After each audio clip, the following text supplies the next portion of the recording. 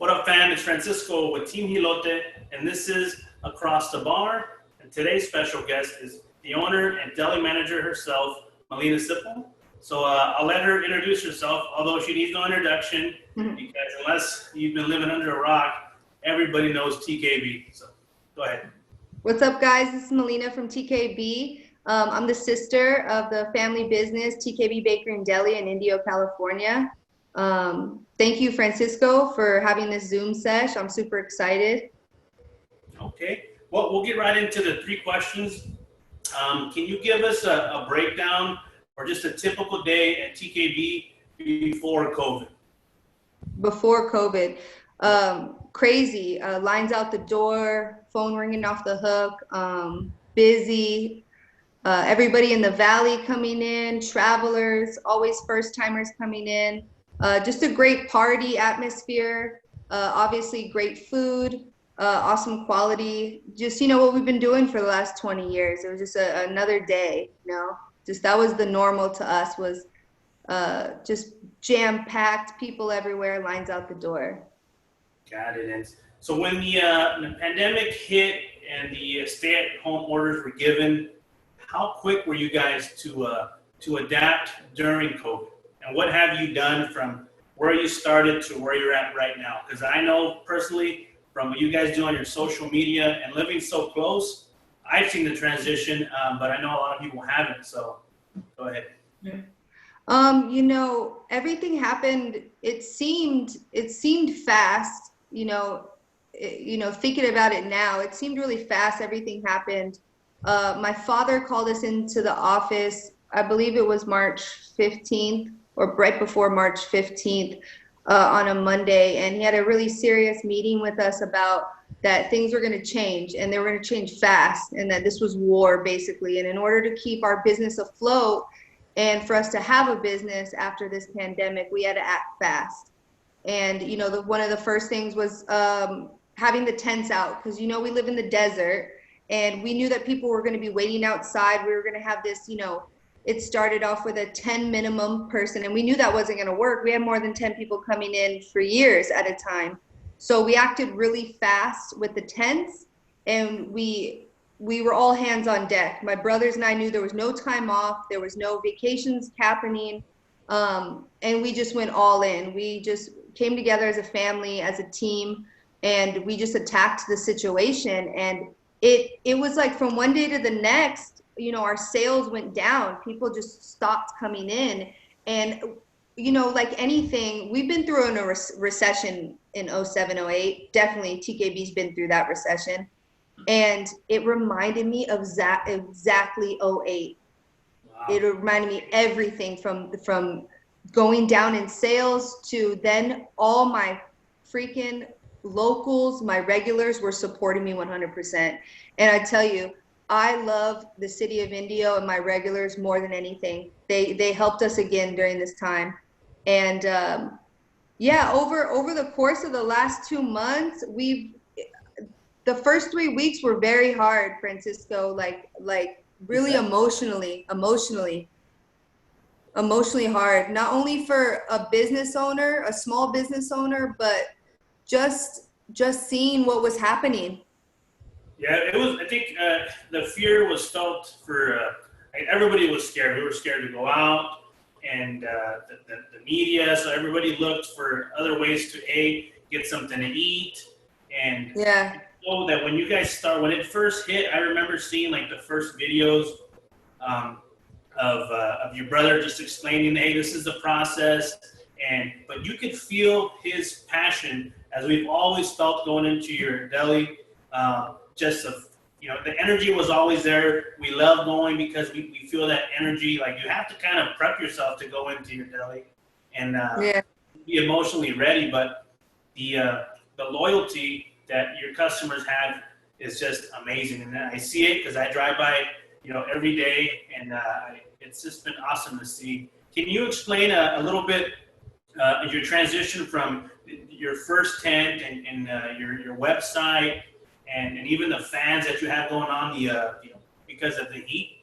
How did that It was all trial and error. The blessing that has been the blessing that we have at TKB is that we're a family business. You know, not all the time do we get along, but definitely during this time we had to get along, and we had to respect everybody's opinions and everybody's input, and it was all trial and error. I had my own input. I said every day we came into work, we were like, let's try something different. Let's put the to-goes over here. Let's change. We had to change the website server. We had to upload photos. You know, we every day was reforming our business to now be a purely takeout, walk-up business, to-go business. You know, we were running out of to-go boxes quicker than normal. Everything. We started packaging all of our, you know, our pastries that we have in the pastry case that used to be open, where we would grab them with tongs. We're now packaging them ready to go and grab. So the first week was basically 10 people in, and, you know, sanitizing everything, doing all these precautions. We really didn't want anybody using the bathroom or going in the dining area. The second week, my dad came in. He was quarantined. You know, we wanted him at the house. He came in to get stuff out of his office, and he goes, "Why aren't you using the dining area?" The dining area, you know, it was like depressing seeing our dining area with all the chairs empty. So we had everybody just fold up the chairs, and get them out of the dining area. So now we had this huge space to now work as a call center. So all these things were just coming to, and now it's like, it's normal to us now, our business. It's normal. We have 90% take online orders. We do DoorDash, Postmates, Grubhub. It's like, it's normal what we're up to now. I know it must have been a challenge, but I could tell just by the videos themselves and your social media how much the transition has changed and how easy it is now to order online, and now you're on the Grubhub or just all the takeout services that have been there for you guys. So then we'll go on to question 3. Where do you see TKB in the future as after COVID, once people are allowed to go inside your building? Are there any changes you see now that are going to stay? And what's the future of TKB, you know, down the line? One of the changes because of COVID that I like is us wearing masks. I know it does suck. It sucks for a customer wearing a mask. I get that, but definitely for us making the food and even, you know, in the back when we're rolling the bread, making all that stuff, I just think it's great for every food business to be wearing masks. It's like a hairnet now to me. It's like, you don't want hair in the food. Well, you don't want me, you know, talking while I'm making your food, you know, like it's the same thing. So I think moving forward, I think masks are great for us at work. I want to continue the whole mask thing. I definitely want to make them more enjoyable to wear and not such of like, you know, where they fall down or they hurt your ears or whatever. So I think that's something that I'll be working on in the near future, is for all the employees at TKB to have, you know, form-fitting masks. I think that'll be a new normal for us too, moving forward. As far as the dining area open, I think it's going to be a slow process. I mean, in 2 months, we got to this point. So to completely go back to the way it was, I just think it's going to be long. It's going to be a long process. Plus we got these huge industrial misters outside. We have this whole takeout order system down pat. You know, I would just tell the customers, just hold tight, you know, and we will let you in the building, but it's definitely going to be a slow process. We are, you know, working on our new building. It's definitely been on a standby because of what's going on, but we're excited to build this building now more than ever because of the city of Indio and what they mean to us. We want to go full force into this building, and now, like, my brothers and I are like, we want to open up like a drive-through TKB. Wow. You know, like our whole business model's changing. Wow, no, that's true. I think, why not? You guys have a drive-through now. Basically. And the customers are getting trained now. So, you know, by the time that building, you know, if and when, everyone's they're gonna know how to order, what not to order, and stuff like that. So that's awesome. Yeah, you know, like I look at what's happened, and, you know, even in my personal life, what this whole pandemic has done. Like there's been a lot of like blessings in disguise during this whole thing. Just, like even I know I've talked to a lot of customers out there, it slowed us down. You think of all the stuff that we were doing before, all the trips we were planning, all the money we were spending, all the times we're going out to bars with friends when we could have just had, a night in at the house, all these things that we didn't notice because we're just in that rat race, we're just living life like what we're normal to. And I think the big blessing for us at TKB during this whole thing is, one, our online ordering sucked before. We would maybe get 1 or 2 online orders a day. We had no pictures uploaded on our website.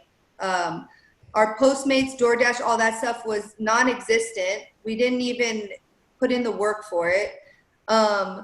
Obviously, social media is better than it's ever been. Everything, the packaging, reading people's orders, getting to know people's orders on paper opposed to in person, and like recognizing that. And yeah, there's been so many blessings. Even us as like a crew, like all of the employees and management at TKB, like because there's no customers walking through the door, like we've gotten closer, because we're not constantly like talking to people and we're getting to know each other. So like the atmosphere there is like we're a team, more than we were before. I can definitely imagine that, shoulder to shoulder for 8 hours, and all you have is each other, the bond, and the laughter must be intense inside the building. So. Right? Yeah, there's a lot of things, and I tell everybody at work, I'm like, enjoy the moment right now, because there's going to be a time when customers are going to be walking back in, and we're going to look back at this time and be like, man, remember freaking that pandemic where we were all stuck inside here? It was pure to-goes, and, so there is silver linings in all this stuff, and it's good to look at that. It definitely keeps hope alive and keeps us going every day. Well, that's good to hear. It's just awesome what you guys have done and what you guys are doing. It's so motivating to continue to like spread this. And that's been the purpose of these interviews, is just to inspire other businesses to do the same, to not be afraid to make the mistakes. People are afraid of technology. These interviews it's a great platform. You don't have to have the interaction. You can be safe. So I see a lot of permanent changes, hopefully, in a lot of businesses that and hopefully can keep some of the technology moving forward. You're just a great example. Any tips that you'd like to share to another business that's struggling or that's scared to try something different to continue to survive this pandemic? I think, if social media isn't part of their business plan, it definitely has to be. Marketing and advertisement has to be your biggest thing, because people, one, they're on their phone all day, and they're at home.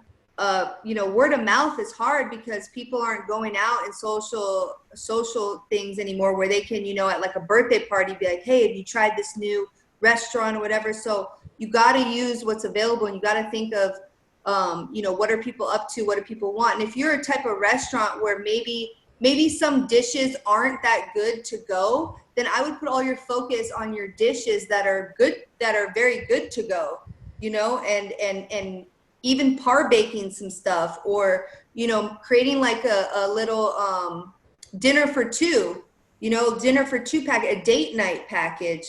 So there's a bunch of stuff to do. And I think the online ordering is the biggest key. It'll be the biggest investment for anybody. And definitely good pictures. I noticed that when we have items on the website or on other platforms where there isn't a picture of it, it never really sells. People want to see it. And I know as a consumer myself, I want to see like what the dish looks like if I haven't ordered it before. It's like buying a dress and not seeing it, but it's just a description of it. People fall in love with their eyes, and that's not only cars, it's food, it's everything else. So. Yeah, so it's all how you sell it, in a photo or a description. And I would also, for us, we have that huge parking lot in our industrial park, which is great. But, if people have big dining areas at their restaurant, I would say if you're not going to let anybody in the dining area, then to put those chairs up, push them aside, and use that space for having multiple phones going, headsets going to answer your phones, have multiple phone lines going. We have a big computer now where our registers used to be at the shop. We're utilizing all these spaces that we used to need for the customer. Now they're not coming through the door. We're utilizing it as spaces for us to print out our online orders, to take phone calls, to write down orders, all this stuff. So utilize all the space in your restaurant for you to take these orders online, package them, all that stuff. That's true. I think maximizing, your whole space is very important. I like the fact that now you can pick up beer. I think that's awesome. It's a pretty cool feature. Hope that stays. Yeah. Sometimes it is date night, or it's nice to pick up your dinner or your lunch, and if you're working a half day, just grab some beer. So I really hope that part stays. I don't know how that's worked for you guys. If that's something that you've seen a little spike in now that it's allowed, it's a cool feature. So yeah, everything's going good, and there's some awesome. I kind of want to do what you're doing, or maybe you could help me out with this, but I want to promote some restaurants that I've been frequenting this whole time, because there's some awesome restaurants out here doing takeout that I want to support, and I want other people to support, and TKB, we're good. We've been around for 20 years. We have a big support, but I, like everybody else in this community, I don't want to see these restaurants go that I love and I've been going to. I don't want to see them fail. So I think the biggest thing is we got to all, on our social platforms and as a community, we got to come together. And if these restaurant owners can't get out there and reach certain customers, I want to help them, because it's no competition. They'll eat at TKB one day and then they'll go eat at another restaurant one day. It's no competition to me. Because I eat there. I don't want to eat TKB every day. I want to go have some good Thai food, some good Mexican food. Like everybody else, I love eating out. And I know there's a lot of restaurants out there that are hurting, and they don't know if they're going to stay open in the near future. Right. No, I think that's the whole purpose. I think with social media and these interviews, that's what I do. And if I go eat, I went to the Mexicali Cafe, and that's my favorite. A quick video of their outside setup, their markings on the ground, how you get just a short video showing, hey, you're supporting your local businesses. And I think every time I go eat somewhere that I go pick up, that's what I try to do, and just share it. And just, if they're on social media, which I think by this time, they're pretty much all getting there. You can tag them, and it's like, support your local business. Yeah. Go on the link, they got the address, but obviously you need to have the structure behind it, because once they get on the link and they want to order, the website has to be there. If they're all these options are so important when they look you up, whether it's Instagram or Facebook. How do you contact them? How do you place an order?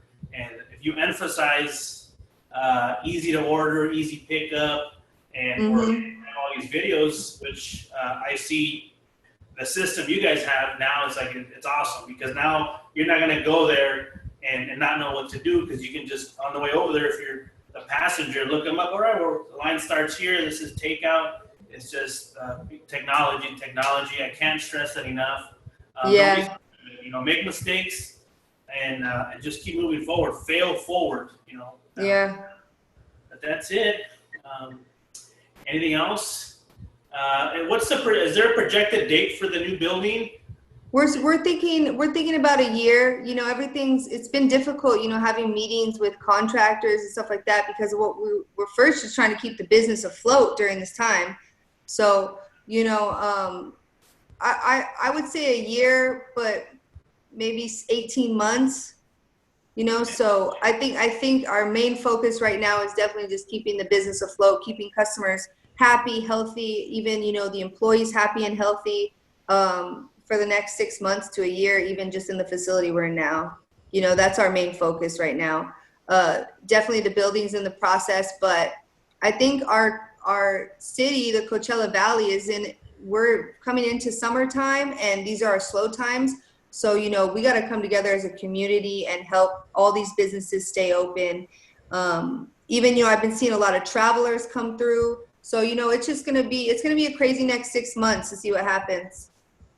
Okay. Well, Melina, thank you so much. I gained a lot out of this interview, and I hope anyone that watches this also gains information and just gets inspired to fight, and to just done is better than perfect. So thank you for your time, and we'll be in touch. Thanks, Francisco.